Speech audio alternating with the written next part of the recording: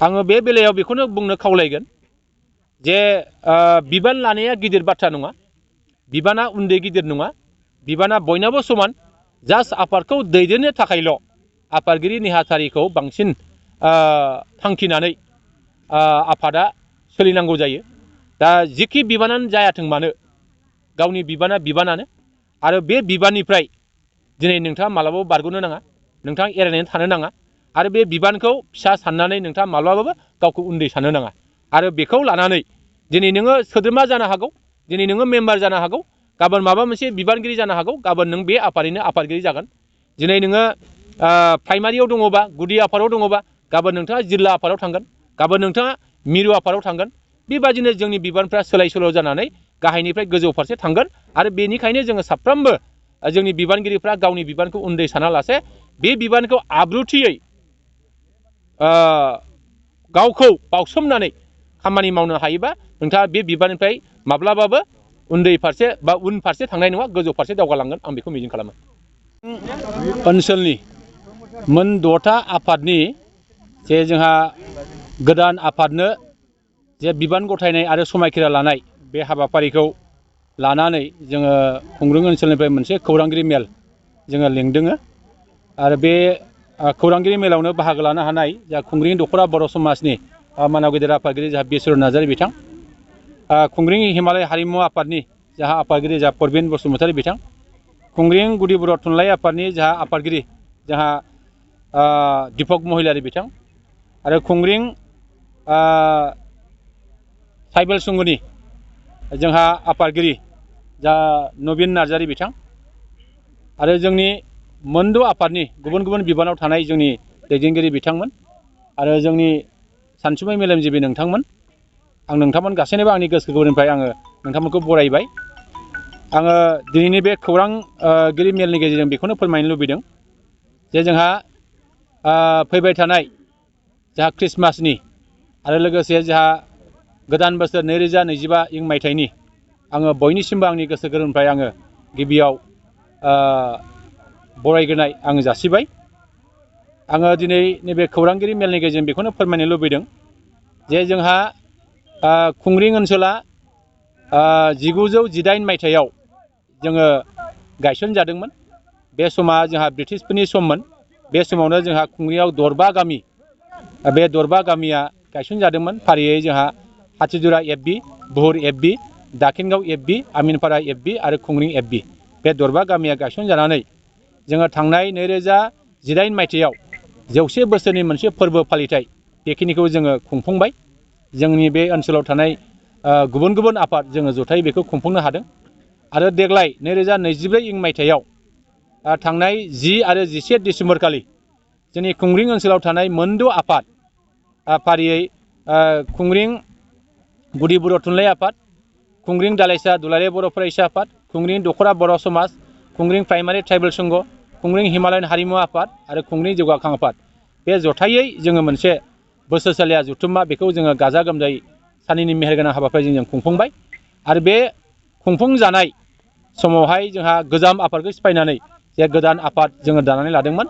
बे गोदान आफादनो दिनैहाय नैबे जोंनि खुंग्रिं ओनसोलनि खाथियाव थानाय जोंहा आवजार बुहुर दैलाम सेराव जोङो बाहाय बे हाबाफारिखौ मावफुंदों। आरो गोदान आफादनि दैदेनगिरिफ्रा दिनैहाय जयैनो जोङो समायखिरा लानाय बे खामानिखौ मावफुंबाय।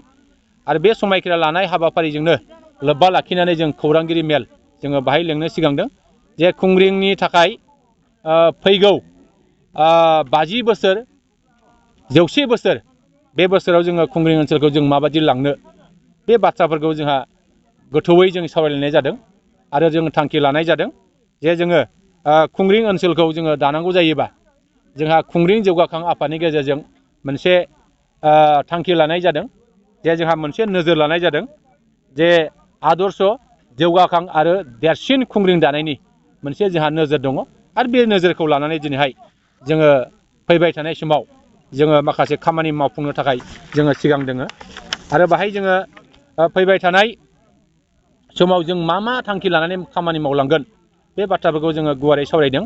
आरो बाहाय जोङो बेखौनो बुंनो लुबैदों जोङो खुंग्रिंखौ मोनसे बयजोंबो अनसायजानाय बयजोंबो गनायजानाय बे थांखिखौ लानानै जों खामानि मावनो सिगांदों। दा बेनिखायनो जोङो भाइब्रेन्ट खुंग्रिं गोजोरथियारि मावबिथांखि 2025 टु 2050 मायथाइनि मोनसे गोलाव बिथांखि जोङो लादों। आरो बाहाय जोंनि नोजोरा जागोन गुदि थाखोनि गामिफोरखौ गोख्रों खालामनाय आरो नायदिंनायनि मोनसे दाथाय सोरजिनानै ओनसोलाव गासै रोखोमनि सोलायनाय आरो जौगानाय लाबोनाय। बेखिनिखौ जोङो सेथियाव नोजोर हिसाबै लादों। नैथि नोजोर हिसाबै जों लादों मोनसे आदर्श गोजोन जौगाखां आरो देरसिन खुंग्रिं दानो थाखाय सोलायनाय आरो बिरोंदामिननि नोजोर बे थांखिखौ जों लादों।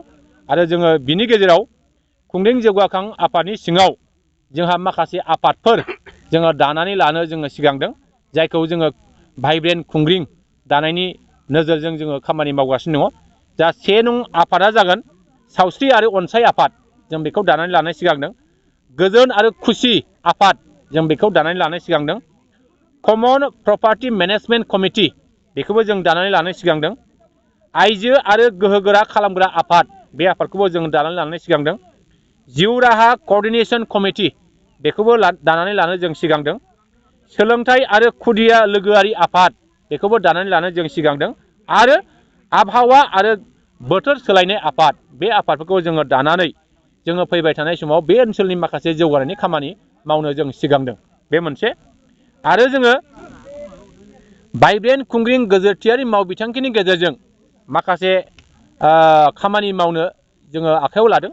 दा बेनो जाहैबाय बुहुर थिनालिनिफ्राय खुंग्रिं आदर्श गामि थांनाय लामाखौ रुंसारि बास्राम बसुमतारी गाहाय हाबग्रा लामा बिमुं दोननानै जों बेखौ बै सुबुंनि मुङाव जोङो गोथां खालामनो जोङो सिगांदों। नैथियाव दङ आवजानिफ्राय खुंग्रिं थांनाय लामाखौ रुंसारि बिश्वनाथ बसुमतारी लामा बिमुं दोननानै जों बिथांखौ गोथां खालामनो जोङो सिगांदों। आरो आवजार आरो हाथिदुरा गामियाव चिल्ड्रेन पार्क खालामनायनि बाथ्रा जों सानखांनाय जादों आरो बेखौ जोङो मोगथां महर होनो जोङो सिगांदों। बाथियाव दङ जोंहा खुंग्रिं गोजौ फरायसालिखौ गोजौसिन गेजेर फरायसालि खालामनाय, बे थांखिखौबो लानानै जोङो बे बिथांखियाव जोङो लानाय जादों। आरो जोंहा दथियाव दङ खुंग्रिं गोजौ फरायसालियाव बड'फानि मुसुखा बानायनाय, बेखौबो जोङो मावफुंनो जों सिगांदों। स्निथियाव दङ खुंग्रिंनिफ्राय सिखोना जोहोलाव माहारियारि पार्कआव थांग्रा लामाखौ खुंग्रिंजोंबो बानायनाय, बेखौ जोङो मावजानो बा मावफुंनो जोङो सिगांदों।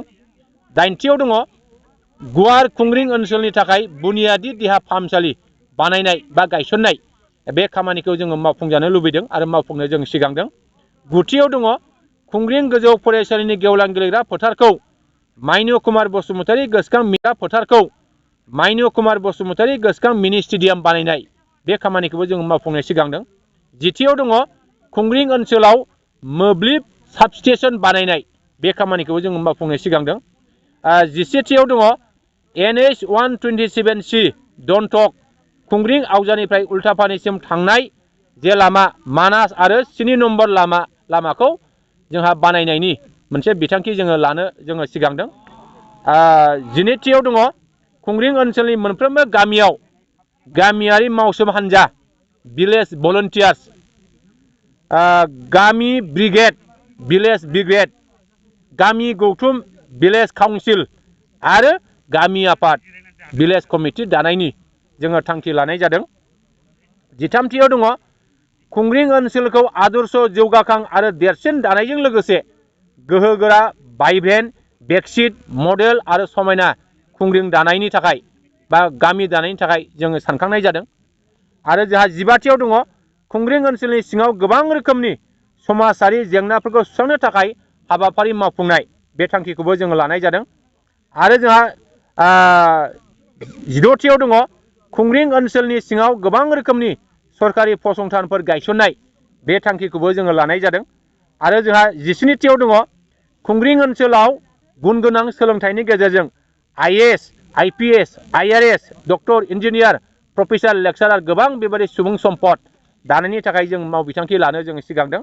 आरो जोंहा 18थियाव दङ खुंग्रिं ओनसोलनिफ्रायबो दिनै नङा गाबोन MCLA, EM, MLA, MP, मन्त्रि खालामनायनि मोनसे बिथांखि जोङो लानो सिगांदों आरो बे खामानिखौ जोङो मावनो आवगायबोदों। बेल' नङा, आरो बेबादिनो गोबां जोंहा बायदि बायदि बिथिङाव जोंहा खामानि मावनांगौ दङ। बे खामानिफोरखौ जोङो खुंग्रिं ओनसोलाव थानाय गोबां माहारियारि आफाद राजखान्थि आफाद जोङो जथायै जोङो बिथांखि लानानै बिथांखि लानानै खामानि मावनो जों सिगांदों आरो बेबादिनो जोङो गोरोबलायनि गेजेराव खौसे जानानै जों खामानि मावलांनो सिगांदों आरो बेखौ जोङो साफ्रोमबो जोंनि आफादनि दैदेनगिरिफ्रा जोंनि ओनसोलाव थानाय सानसुमै मेलेमजिबिफ्रा जोंनि गोदान जोलै लाइमोन सेंग्रा सिख्लाफ्रा बे बिथिङाव जोंहा साननानै खामानि मावगोन आं बेखौ मिजिं खालामो। गोदानै बिबान मोननाय आङो दिनैनि नैबे खौरांगिरि मेलनि गेजेरजों बेखौनो खावलायगोन जा थांनाय बोसोरसेला जथुम्मानि गेजेरजों जायफ्रा दिनैहाय गुबुन गुबुन आफादनि दिनै आफादगिरि नेहाथारि आरो मावथि बिथांमोन जोङो मोनबाय दा बिथांमोनहा निस्सय गावबा गाव मोनफा मोनफा संबिजिर दङ बे संबिजिरखौ लानानै बे संबिजिरनि दहायजों जोङो फैबाय थानाय समाव जे जोङो भाइब्रेन्ट खुंग्रिं गोजोरथायारि मावबिथांखि 2025 मायथाइनि थाखाय मोनसे गोलाव बिथांखि जोङो लादों आरो बे बिथांखियाव दा बिथांमोनहा निस्सय गावबा गावनि संबिजिरखौ दहाय होनानै बिथांमोनहा मावबिथांखि लानानै निस्सय खामानि मावनांगोन आरो बेजोंसो जोंनि समाजा जौगाखांगोन बेजोंसो जोंनि ओनसोला लुखांजागोन बेजोंसो जोंनि ओनसोलखौ मुलुग दरबाराव जों फोसावनो हागोन आरो बयबो बे ओनसोलनि सासे नोगोरारि जानानै जोङो गावखौनो बिखा बुंनानै बुंनो हागोन जे आङो खुंग्रिंनि बे बाथ्राखौ जोङो निस्सय जोङो बुंनो हागोन आं बेखायनो जोंनि आफादनि दैदेनगिरिफोरखौ गाव गावनि मावबिथांखि लानानै खामानि मावगोन आं बेखौ मिजिं खालामो।